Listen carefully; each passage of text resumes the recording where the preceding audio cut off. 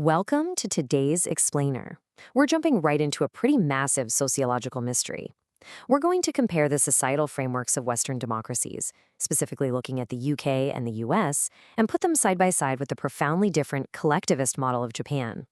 By digging into international data, we're going to unpack a fascinating dual paradox about how our societies are built, what actually makes us feel secure, and ultimately what allows us to thrive. So think about this for a second. Does having more wealth and more individual freedom automatically guarantee a happier, tighter-knit society? You'd probably think the answer is a resounding yes, right? Well, that's exactly the paradox we're exploring. We're looking at global data to figure out why nations with the most aggregate wealth and the most celebrated individual liberties completely fail to uniformly report higher life satisfaction. Section 1. The Economic Inequality Divide, Examining Stratification. Let's kick things off with money. Economic stratification operates completely differently depending on where you look. Take the United States, for instance. It has the highest relative poverty rate of this group, at nearly 18%, and the lowest social expenditure, dedicating just 16.5% of its GDP to social programs. But then look over at Japan, which boasts much higher social spending and a wage structure that is historically far more egalitarian. And then you have the UK, sitting somewhere in the middle, functioning as a European welfare state, but still wrestling with significant regional economic divides. To really visualize this wealth gap, we use the Gini coefficient. Basically, a score of 1 would mean absolute total inequality. The United States hovers way up at 0.395, reflecting some serious wealth concentration. Japan, on the other hand, sits much lower at 0.334. That lower income inequality in Japan is deeply tied to its unique corporate culture and really robust social safety nets. So right out of the gate, the economic foundations of these societies are just vastly different. Section 2. Trust, cohesion, and order, safety versus coercion. But economics is really only half the story here. Let's talk about how these differing systems maintain social order, because it's not just about what's in your bank account, it's about whether you trust your neighbor. In the US, generalized trust is frankly plummeting. Currently, less than 30% of citizens express trust in federal institutions. The invisible glue holding communities together is weakening, and the UK is actually seeing very similar trends of declining institutional trust lately. Now, totally flip the script and look at Japan. Social order there isn't just kept in check by heavy-handed policing or the threat of prison. Instead, it relies on this incredibly strong community-level network.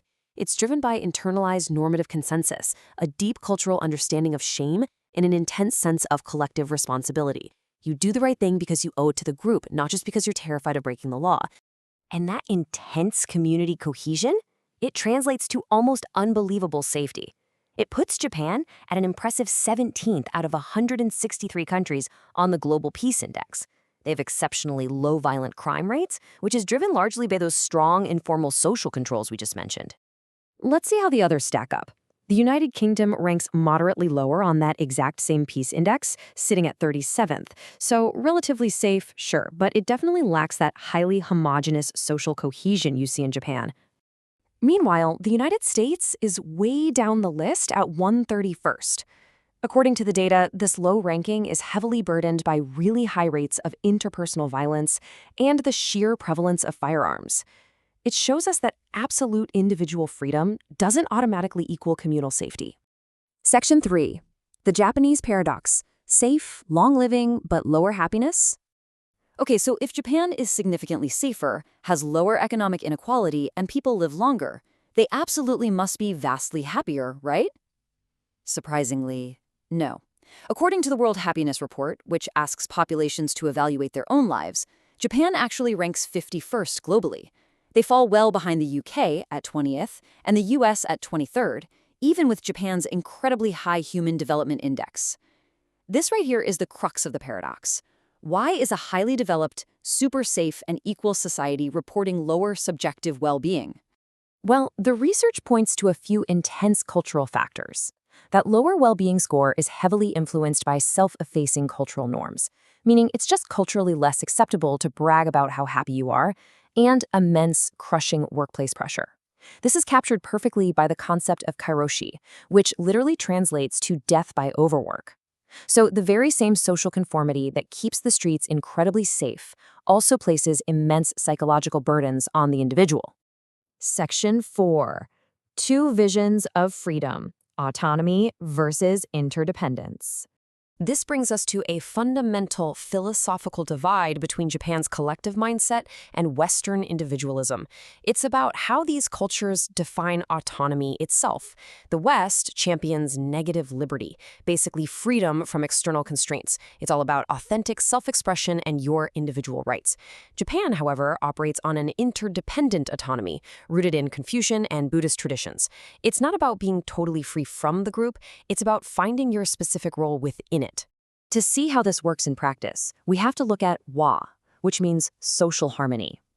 In the Japanese model, your personal desires and ambitions are constantly weighed and mediated against how they will impact the equilibrium of your family, your office, and your broader community. People also exist within amai and seken. You can think of this as a complex relational matrix that actually buffers against existential isolation.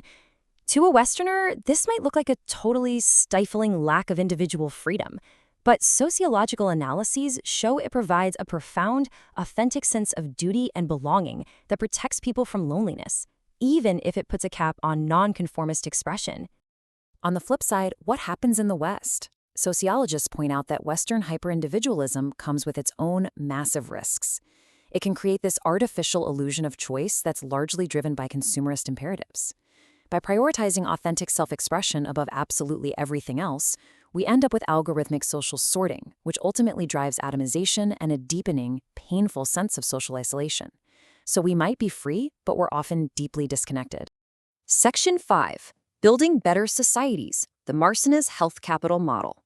So how in the world do we solve these dual paradoxes? How do we build societies that are fiercely free like the West, but deeply connected like Japan? The source analysis points us to a fascinating framework called the Marcellin's Health Capital Model. It's essentially a roadmap requiring 4 steps. First, foster healthy autonomy. Second, foster intentionality. Third, actively restore humanity to affluent and deprived communities alike. And fourth, build psychosocial resilience. It's about merging the best of both worlds. This quote from the research really hits the nail on the head. It says, a sustainable global stability requires balancing material security and individual expression with communal solidarity and psychosocial support. It's not just about a high GDP, and it's definitely not just about absolute freedom. It's about finding equilibrium. Which leaves us with this final, pretty vital thought to ponder as we wrap up today's explainer. Can any society truly thrive if it fails to balance the needs of the individual with the cohesion of the collective? If we only focus on the me, we risk total isolation, like we're seeing in parts of the West. But if we only focus on the we risk crushing conformity, just like the Japanese paradox. Finding that sweet spot is the true challenge for the future of our societal health. Thanks so much for joining me to explore this incredibly complex topic today.